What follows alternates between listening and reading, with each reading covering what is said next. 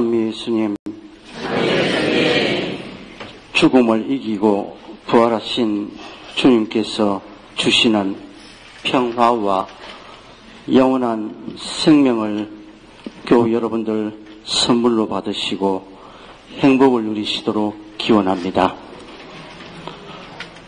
우리는 사순 시기를 보내면서 우리 삶 곳곳에 스며들어 있는 죽음의 세력들을 떨쳐내고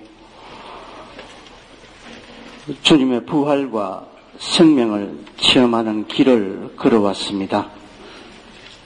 저는 오늘 주교자 본당 교우 여러분들과 함께 부활 대축일을 기념하고 경축하는 이 시간에 조금은 뜻밖에도 책 한 권을 소개할까 합니다.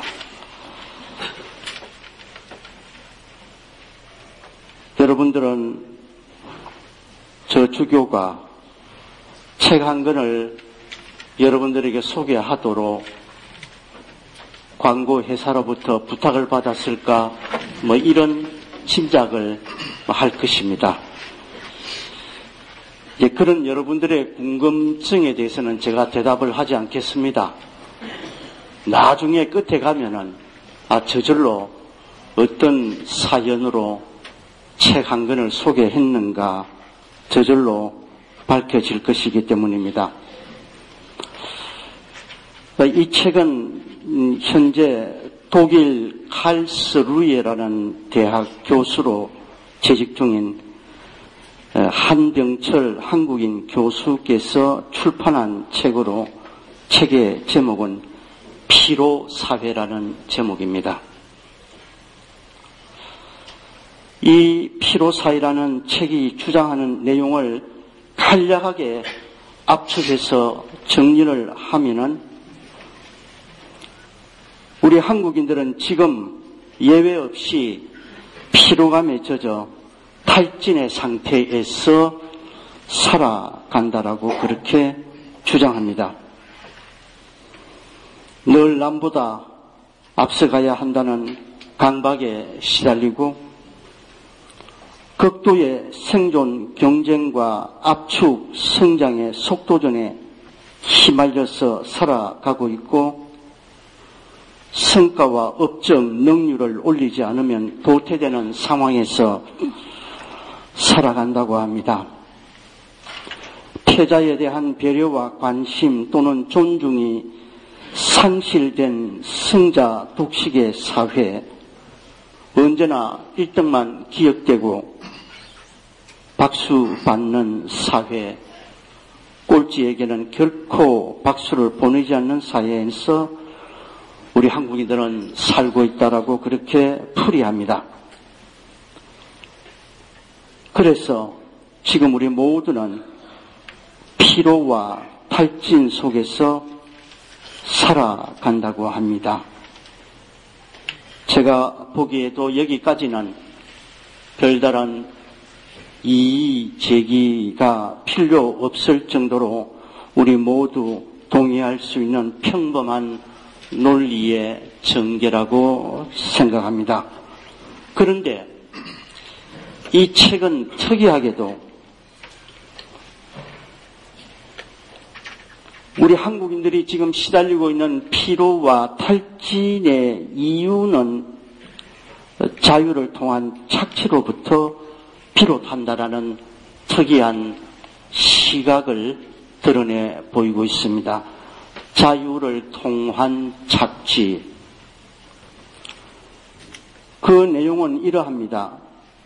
더 많은 자유를 보장해주고 더 많이 노동하고 더 많은 업적과 성과를 내라고 부추기면은 더 많은 생산과 효율을 얻을 수 있을 것입니다. 강요와 통제가 아니라 자유를 주면서 착취가 일어난다라고 그렇게 주장하고 있습니다. 사정이 이러하니까 자유의 이름으로 착취를 당하고 있는 우리 많은 사람들은 내가 자유를 얻으면서 그것을 통해서 착취당하고 있다는 생각을 미처 하지 못하고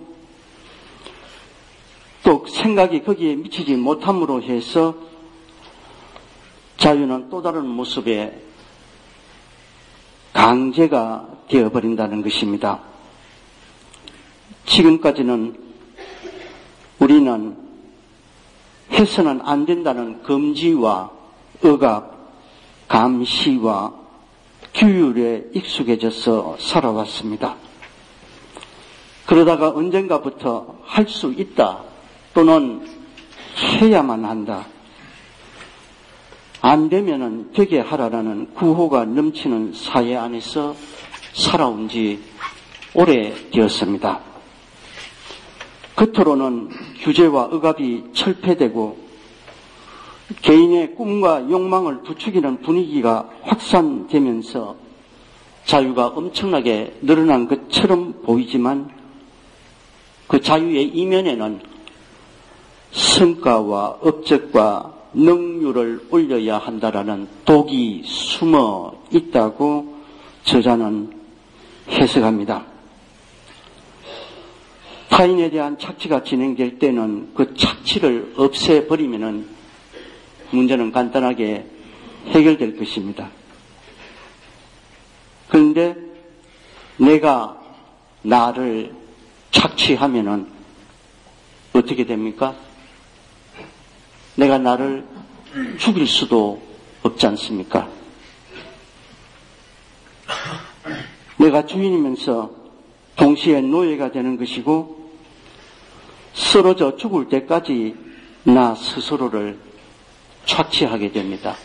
그래서 피로합니다. 탈진 상태에 빠져듭니다. 규제 사회에서 성과 사회로 건너가는 변화는 한국 사회라고 해서 비켜가지 않습니다. 피로 사회라는 이 책 제목은 한국이라는 나라가 현재 처해 있는 현실을 이해하는 데 있어서 매우 중요한 개념입니다. 예를 들어 학생 개개인의 창의성과 독창성을 중요시 여기겠다라는 그런 어떤 생각에 새로운 입시 전형 방식이 도입되고 있지 않습니까? 그럼에도 불구하고 우리의 학생들은 여전히 입시 지옥에서 해방되지 못하고 자유로운 주체로 살아가기보다는 오히려 더욱더 정교하고 불투명한 입시 경쟁의 무대로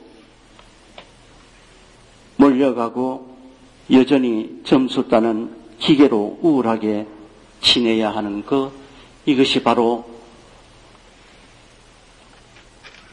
성과 사회에 우리를 피로하게 만드는 하나의 사례라는 것입니다. 노력과 성공이라는 신화에 둘러싸인 사람들은 거기서만 자신의 존재감을 확인합니다.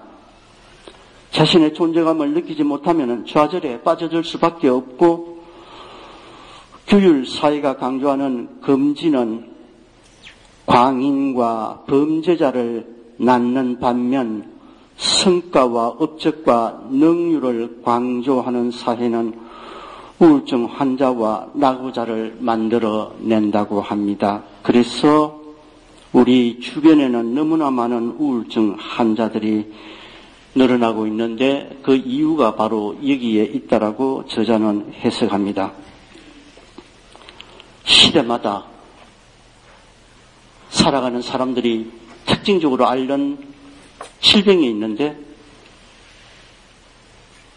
지금 현재라는 이 시대에 우리나라 한국 사람들이 앓고 있는 특징적인 질병이 바로 우울증이라는 것입니다. 이처럼 피로와 탈진의 사회에서 고달프게 살아가는 사람들에게 어떤 처방이 지금 주어지고 있는가? 쉬어라라는 처방이 주어지고 있습니다. 무조건 쉬어라. 하던 일 멈추고 집을 떠나가라. 집을 떠나가서 평소에 가보지 않던 다른 곳에 가서 쉬어라. 집안을, 직장을 또는 내 삶을 두고 일어나는 모든 일로부터 해방되어라. 그렇게 하면은 문제가 해결됩니까? 저보고 우리 교구청에 같이 일하는 시무님들 또는 그 직원들이 해마다 반복해서 묻는 질문이 있습니다. 제가 몇 번을 대답했는데도 자꾸 대답하는 걸 보면은 IQ가 그렇게 별로 높지 않은 모양입니다.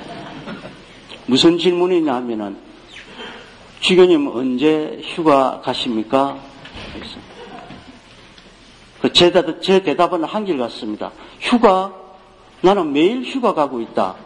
휴가는 뭐냐? 집에서 쉬는 것 아니냐? 저는 제 집에서, 숙소에서 매일 잘 쉬거든요. 달리 멀리 휴가를 갈 필요가 전혀 없는 사람입니다. 그래서 남이 휴가 간다고 제가 보따리를 싸고 가방을 들고 그렇게 멀리 가야만 그것이 진정한 의미의 휴가인가? 그렇지 않더라고요. 그리고 3일, 5일, 일주일 제 집무실을 비우고 어디 갔다가 오면은 오히려 저를 더 피곤하게 만듭니다. 나를 기다리고 있는 것은 일거리가 책상 위에 수두룩하게 쌓여 있습니다. 아무도 내 대신 이 일을 처리해 주지 않았기 때문에 그러합니다. 그러니까 집에서 조금씩 쉬면서 출근해서 조금씩 일 처리를 하면은 저도 그렇게 피곤하지 않게 시간을 보낼 수 있는데 일주일 동안 쌓아 놓았던 일들을 한꺼번에 처리하니까 얼마나 피곤하겠습니까? 그래서 저는 휴가를 안 간다. 그렇게 대답하면은 사실은 주교님 휴가 안 가서 주교님 건강이 걱정돼서가 아니라 우리가 가고 싶어서 주교님 휴가를 좀 가라라고 그렇게 넌저시 압력을 넣습니다. 그걸 못 알아듣습니까? 그렇거나 말거나 저는 휴가 잘 다니고 있고 또 편안하게 피곤하지 않는 방식으로 휴가를 보내는 그런 어떤 방법을 제 나름대로 체득하고 있지 않습니까? 그러니까 쉬라는 그것이 피곤을 극복하는, 탈진을 극복하는 아주 좋은 처방은 아니라는 얘기입니다. 사실상 쉬고 나면 기다리고 있는 것은 끊임없는 일, 노동뿐입니다. 쉬었으니 노동해야 하고 노동했으니 쉬어야 한다라는 이 악순환만이 되풀이되고 있지 않습니까? 이 악순환이 결국은 자기를 폭발시키는 힘으로 작용하지 않습니까? 그래서 매사 짜증에 시달리고 그 좋았던 인간관계는 자꾸 뒤틀리기 시작하고 끊임없는 갈등과 마찰, 불화와 반목은 사라지지 않고 있습니다. 내가 누리면서 살아왔던 평화도 어느덧 사라지고 없습니다. 그럼에도 사람들은 여전히 자신이 자기에 대한 가해자라는 생각을 하지 못하고 피해자라는 생각도 하지 못합니다. 이런 악순환의 문제를 풀어내기 위해서는 피로 자체에 대한 깊은 생각과 성찰이 필요하다는 것이 이 책의 저자의 주장입니다.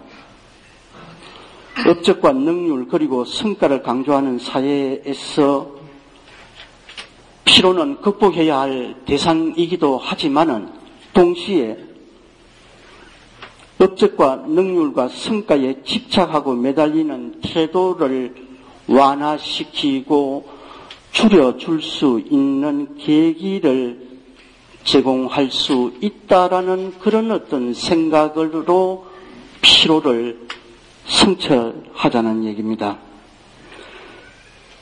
다소 역설적으로 들리겠으나 또 다른 피로로 제가 지금 현재 시달리고 있는 피로를 풀어야 한다라는 얘기입니다. 피로는 피로로 풀어야 한다. 그게 바로 피로 회복 아닙니까? 그 피로를 회복하면 어떻게 됩니까? 다시금 피로 상태에 빠지게 되는 것이죠. 그런데 그런 말장난이 아니라 이 저자는 진지하게 이런 방법을 제시합니다. 왜 우리 한국인들은 지금 각자 나름대로 피로에 또 탈진에 힘들게 살아가는가? 그 근원적인 이유가 어디에 있는가? 그것은 자기 혼자만을 너무나 강하게 의식하고 주장하고 독선에 빠지고 자기 혼자만이 속되게 잘 먹고 잘 살겠다라는 이 생각이 나를 부단하게 피로하게 만든다는 얘기입니다. 그러면은 피로를 푸는 처방은 간단하지 않습니까? 나 혼자 생각하다 지쳐 쓰러지는 피로가 아니라 너와 더불어 연대하며 살아가는 영적인 피로, 영적인 고뇌, 어떻게 하면은 나 혼자 사는 삶을 버리고 내 이웃과 함께 너와 더불어 살아갈 것인가를 고민하면서 생기는 피로가 현실적으로 내가 쓰러져 지치도록 만드는 피로를 풀어주는 열쇠가 되고 처방이 된다는 얘기입니다. 자기에만 집착하고 몰입하는 이기적인 삶의 태도를 버리고 너를 향해서 나를 물 흐르듯이 흘러보내는 개방적인 삶의 태도가 우울증과 피로의 탈진을 이겨낼 수 있는 하나의 처방입니다. 한자, 사람 인자는 막대기 두 개가 서로를 받쳐주고 있는 모양새를 하고 있지 않습니까? 이 사람 인자라는 한자를 유심히 쳐다보면은 사람 되기 위해서는 혼자서는 사람이 결코 아니다. 사람이 진정으로 사람이 되기 위해서는 나 이외에 또 다른 너를 필요로 한다는 사실을, 그런 의미를 사람 인자는 담고 있다라는 생각을 해보게 됩니다. 이때 너는 나와 아무런 상관이 없는 타인이 아닙니다. 나로부터 태어난 또 하나의 나, 그것이 바로 너희입니다. 우리는 다른 사람을 남이라고 이렇게 표현하지 않습니까? 태어남, 나로부터 태어난 또 다른 나가 바로 너다라는 얘기입니다. 이렇게 보면은 너는 그냥 너가 아니라 바로 나이기도 합니다. 이렇게 너를 유심히 보면은 예쁘게 보이고 오래 자세히 보면은 사랑스러워진다고 합니다. 너 안에 새겨진 독특하고 고유한 무늬를 섬세하게 어루만지면 문득 너 때문에 내가 죽어도 좋겠구나 하는 생각에 사로잡히기도 할 것입니다. 지금 우리에게 익숙해져 있는 이 자본주의라는 시스템은 겉으로 보기에는 매우 영악하고 냉혹한 시스템으로서 나 이외에 너를 보지 못하도록 우리의 시야를 가리는 시스템이라는 것이 저자의 판단입니다. 그렇기 때문에 너 안에 내가 있고 나 안에 너가 있음을 보지 못하게 하는 시스템이 자본주의 시스템이라는 것입니다. 그렇기 때문에 너는 나로부터 태어난 또 다른 나임을 전혀 깨닫지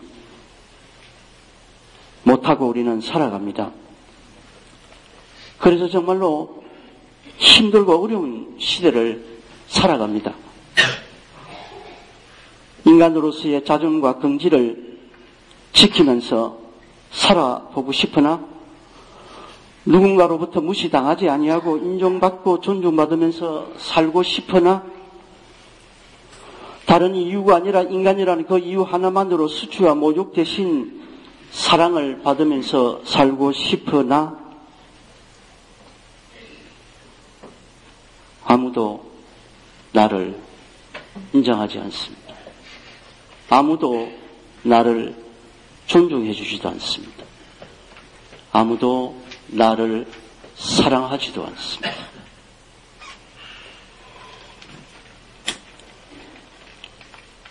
나는 누군가의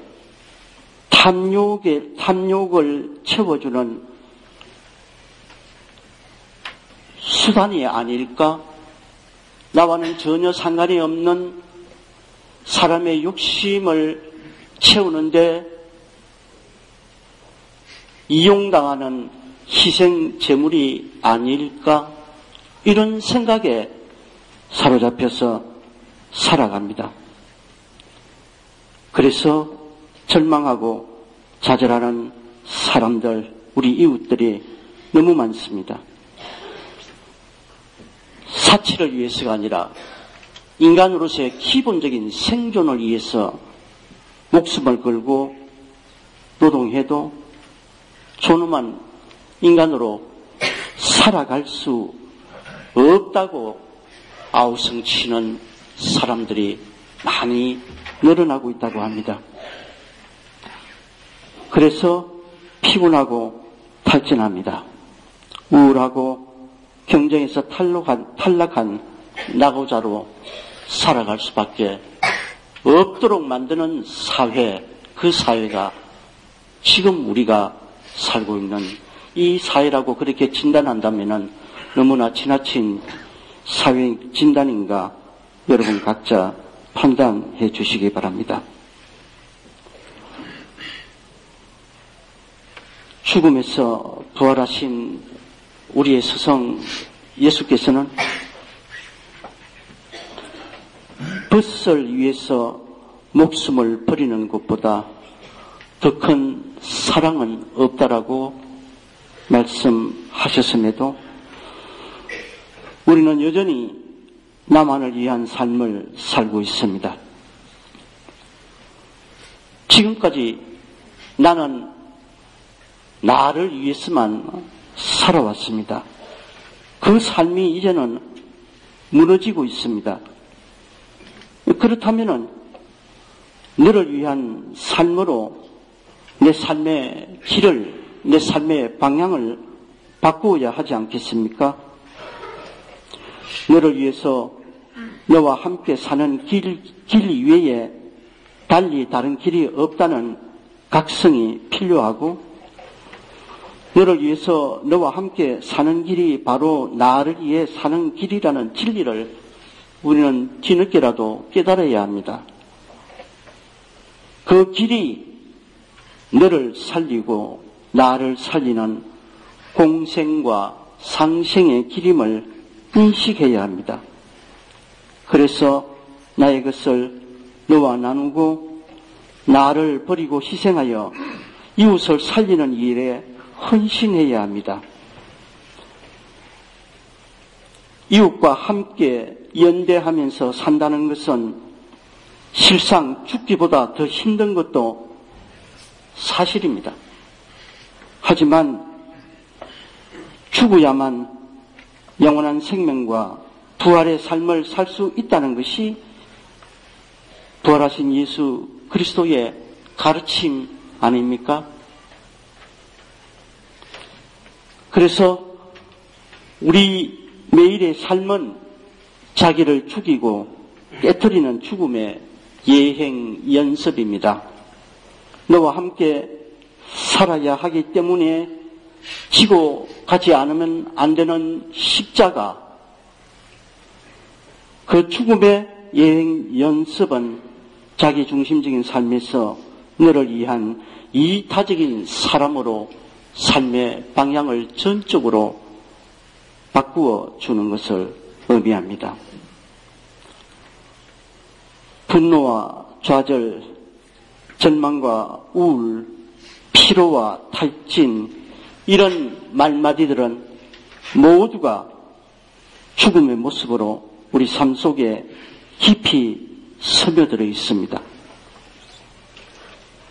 우리를 죽음으로 몰고 가는 이런 말마디들로부터 우리는 해방되어야 비로소 부활의 삶을 살게 됩니다.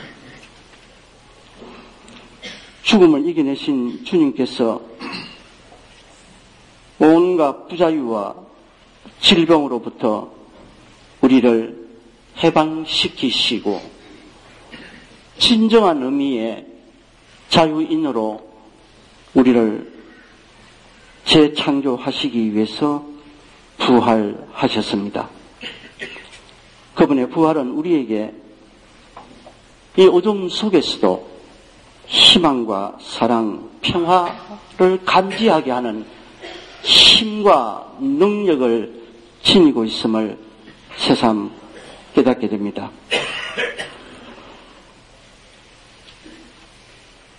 주교자본당 공동체는 늘 교우에 큰 행사, 작은 행사가 있을 때마다 많은 수고를 아끼지 않는 본당입니다.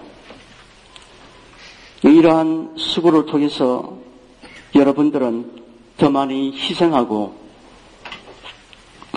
양보함으로써 죽음을 예행하는 모습을 평소에 보여주셨습니다. 그 점 깊이 감사드리고 그 수고의 결과 더 큰 기쁨의 부활을 맞이하시기를 기원드립니다.